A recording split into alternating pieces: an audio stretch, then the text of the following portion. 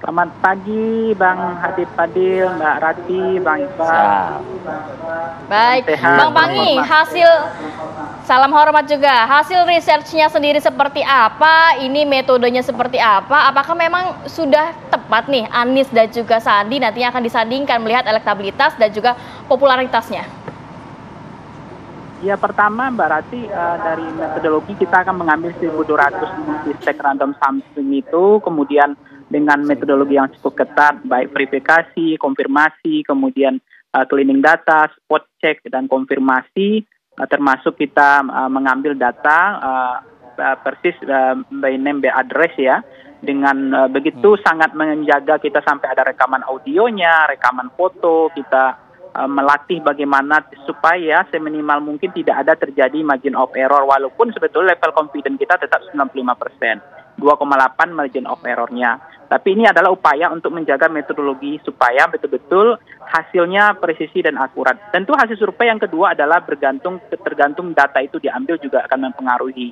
Nah, termasuk setelah itu ada dinamika, ada isu dan seterusnya dan seterusnya. Nah, yang kedua gini Mbak Rati, elektabilitasnya Pak Sandi misalnya, calon wakil presiden kita yang menguat untuk potensial pendamping Pak Anies itu sebetulnya yang paling potensial itu adalah Pak Sandi. Kemudian ada di 28,5%. Kalau kita uji dengan simulasi 6 nama, kemudian ada Mas Ahaye 18%, kemudian ada Ibu Khofifah 11%, kemudian ada Pak Erick Thohir 8,6%. Ya. Bang Pangi Syarwi Caniago, analis politik dan juga yang nanti akan membagikan mengenai hasil dari risetnya. Selamat pagi Bang Pangi. Pagi, Assalamualaikum Bang Pangi. Selamat pagi Bang Hadid Fadil, Mbak Rati, Bang Iqbal.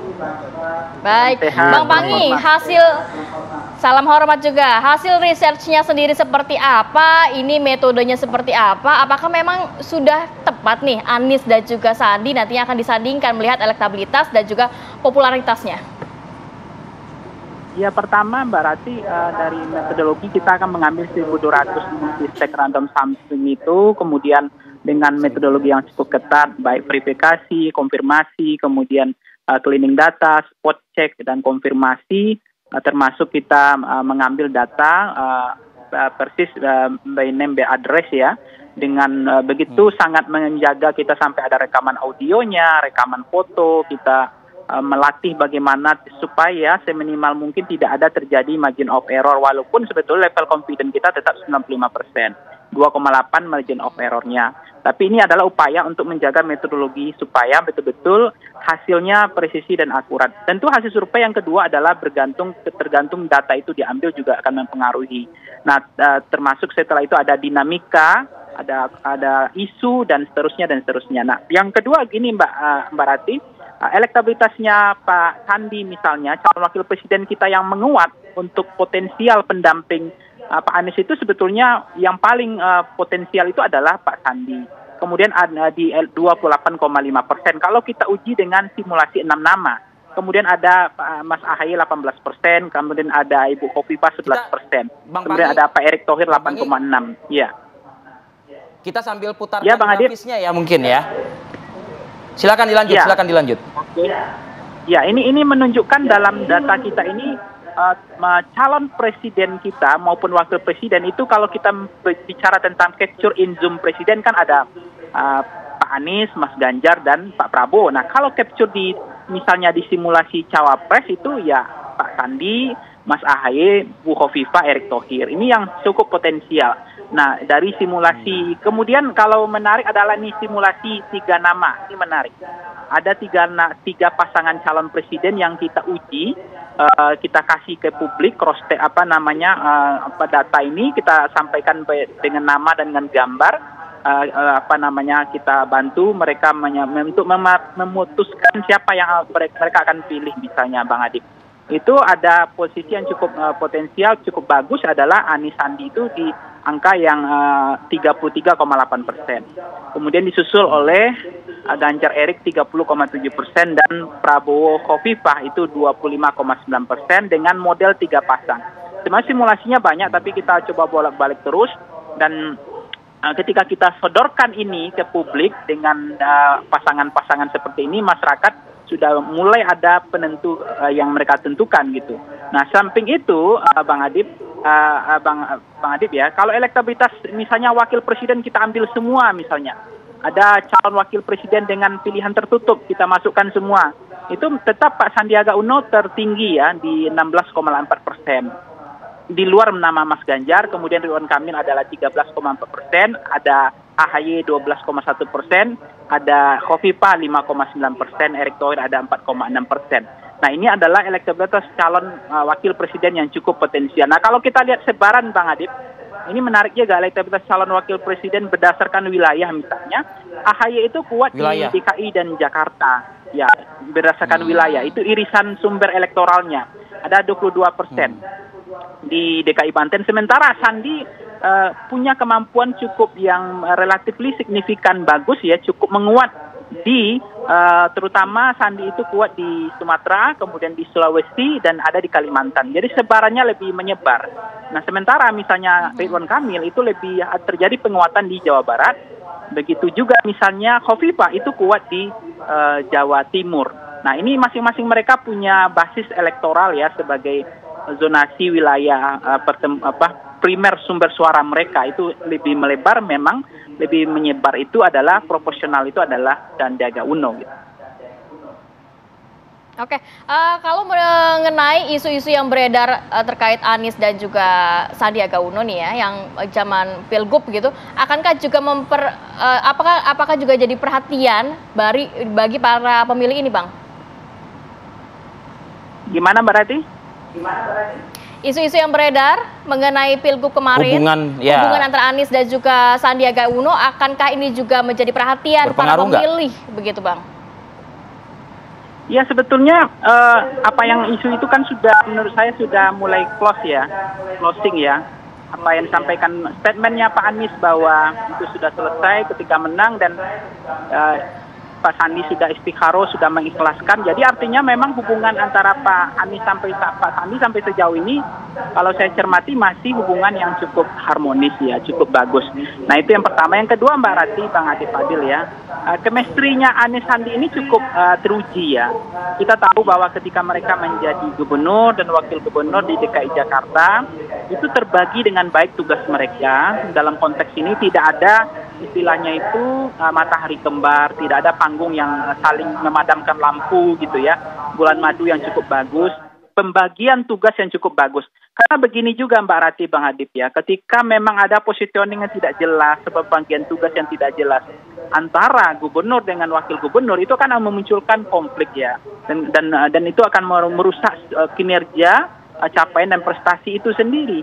Nah, saya lihat ketika mereka model kepemimpinan Pak Anies maupun Pak Sandi di DKI Jakarta itu selesai dan tidak ada masalah gitu. Itu yang cukup bagus karena kita ingin juga presiden dan wakil presiden itu harus punya chemistry yang cukup bagus supaya tidak ada persaingan yang tidak baik. Misalnya kita tahu ya ketika ada dulu Pak SBY misalnya berpasangan dengan Pak JK, itu akan sempat wakil presidennya kok merasa presiden gitu. Itu kan juga tidak baik sebetulnya. Sehingga memang ini menjadi penting bahwa tahu posisi, tahu peran dan fungsi. Nah, di samping itu memang Bang Adib, Bang itu kita lihat ya. Ya. Oke, saya ke Mas Muhammad Iqbal deh kalau gitu. Dalam Rakernas yang sedang berlangsung ini, tadi meskipun Bang Pangi, kalau tadi kita lihat di grafis ya dari rilisnya Foxpol, itu kan ada nama-nama wapres itu kan seperti Sandiaga Uno, ada Erick Thohir, seperti itu ya, Bu Khofifah. Nah, kalau Anda tadi menjelaskan memang Sandi ini memang lebih dominan, lebih tinggi lah begitu ya, dia teratas begitu. Nah, kalau dipairingkan misalnya dengan Ganjar atau bahkan merematch lagi nih 2019 Prabowo Sandi gitu loh ya baratnya. Ini masih bisa cukup membantu pasangan capresnya nggak sih sihirnya Sandiaga Uno ini? Ya Bang Adib ya, sihir Pak Sandiaga Uno ini menarik. Kalau bahasa politiknya biasanya sebut dengan magnet elektoral ya. Nah, kalau bicara sihir saya menarik juga bahwa memang setiap orang kan punya personanya. Moncernya orang itu juga karena mungkin mereka punya kemampuan dan punya strategi. Kan sejauh ini namanya Pak Anies ya, namanya Pak Sandi itu tetap menjadi riuh ya perbincangan publik, santer menjadi pembicaraan di media, namanya tetap terjaga, racikan elektoralnya, popularitasnya, akseptabilitas dan elektabilitas tetap terjaga sampai sejauh ini. Meskipun mereka pernah mau mengulang, ada kemungkinan mengulang sejarah yang sama, sejarah kemenangan DKI Jakarta untuk agenda miniatur DKI menjadi agenda miniatur Indonesia misalnya. Nah, itu yang menjadi menarik, yang menurut saya mereka punya kemampuan karena Pak Sandi pernah menjadi wakil gubernur, Pak Anies juga pernah menjadi gubernur, dan kemudian mereka juga pernah sama-sama menjadi menteri. Pak Anies juga pernah jadi menteri, Pak Sandi juga pernah jadi menteri. Jadi dari pengalaman latar belakang mereka, kompetensi dan kapasitas Bang Adib, mereka itu cukup mumpuni menurut saya. Itu yang menjadi modal. Karena modal untuk menjadi cawapres maupun cawapres itu minimal cawapres ya. Ada 3-4 modal sebetulnya. Pertama adalah modal racikan elektoral. Itu yang menjadi KPI bagi partai politik untuk menentukan veto player ketua umum partai. Itu tetap menjadi sihir bagi calon-calon yang punya elektabilitas yang moncer. Yang kedua adalah punya logistik. Ini karena nggak apa, karena pilpres itu kan high cost ya Bang Adib ya. Biayanya besar. Sehingga butuh tidak bisa orang-orang duafa yang maju. Karena jangan sampai kemudian juga terjadi, sekarang kan seperti Pak Sandi, beliau yang membiayai kemarin gitu. Itu kan kelihatan bahwa beliau adalah orang yang bohir juga. Itu menunjukkan beliau punya logistik. Yang ketiga adalah tentu selain elektabilitas dan logistik adalah punya partai. Nah, ini yang menjadi kendala tantangan bagi Pak Sandi bagaimana meyakinkan partai politik. Nah, yang terakhir adalah selain itu adalah irisan basis elektoral itu juga menjadi penting. Nah, sebaran tadi irisannya Sandi itu cukup bagus ya.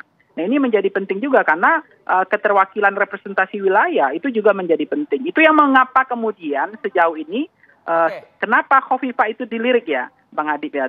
Itu karena memang keterwakilan wilayah di Jawa Timurnya. Karena dianggap battleground-nya itu Jawa Timur. Tetapi sebarannya itu Pak Sandi lebih menyebar basis pemilih Pak Sandi itu lebih menyebar. Nah, terakhir adalah Bang Adib adalah cawapres yang punya latar belakang pengalaman sebagai yang dibilang oleh Bang Iqbal tadi adalah sebagai ekonom atau entrepreneurship. Nah, karena apa? Karena tantangan Indonesia kan makin berat ke depan ya. Resesi, kondisi hari ini, lapangan pekerjaan, mengatasi pengangguran, persoalan-persoalan fundamental dalam tatanan sistem ekonomi Indonesia, ekonomi politik misalnya. Nah, modal itu mungkin Pak Sandi lebih punya soal latar belakang ekonom dan atau entrepreneurship, termasuk kemampuan beliau di dalam pariwisata misalnya. Iya, Bang Ade. Saya challenge sedikit nama Sandi ini kalau misalnya kita mungkin mengacu ke soal yang poin terakhir tadi ya, entrepreneurship. Bagaimana dengan Erick Thohir? Magnet politik, magnet elektoralnya pun juga luar biasa tentunya kan. Dan mereka juga bersahabat juga dekat. Ya, tentu itu yang saya sebut tadi, nama-nama cawapres yang potensial itu yang akan diambil oleh Pak Anies itu adalah yang betul-betul punya elektabilitas, yang punya logistik dan punya latar belakang track record prestasi dan kinerja. Nah, kalau kita challenge dengan Erick Thohir misalnya, tetapi dari segi elektabilitas faktanya secara data empirik objektif itu lebih tinggi Sandi dibanding Pak Erick Thohir. Nah, itu yang kemudian menjadi penting juga. Tetapi gini juga Bang Adib ya, ada juga penentuan cawapres ini kontemplasinya beda. Ini yang kemudian kita tidak tahu apa yang ada di dalam sakunya ketua umum partai hari ini yang punya veto player. Karena kontemplasinya tidak serta-merta ini rumus mazhabnya adalah elektabilitas. Munculnya misalnya di injury time last minute Haji Ma'ruf Amin misalnya, itu menjadi menarik juga bahwa ada narasi lain yaitu nasionalis religius. Karena mengentalnya blok ideologis pada waktu itu polarisasi. Tapi tidak serta-merta adalah elektabilitas. Tapi modal elektabilitas adalah sebuah keniscayaan. Baik, terima kasih banyak Bang Panggi dan juga Mas Iqbal sudah berbagi informasi. Kita juga masih menanti nanti dari PKS siapakah yang akan dideklarasikan sebagai cawapres. Karena ya? pertimbangannya banyak, bukan hanya elektabilitas saja, logistik. Oke, kita harus jeda dulu Sindak. Nanti kita akan hadirkan informasi lainnya. Tetap bersama kami di Apa Kabar Indonesia Pagi.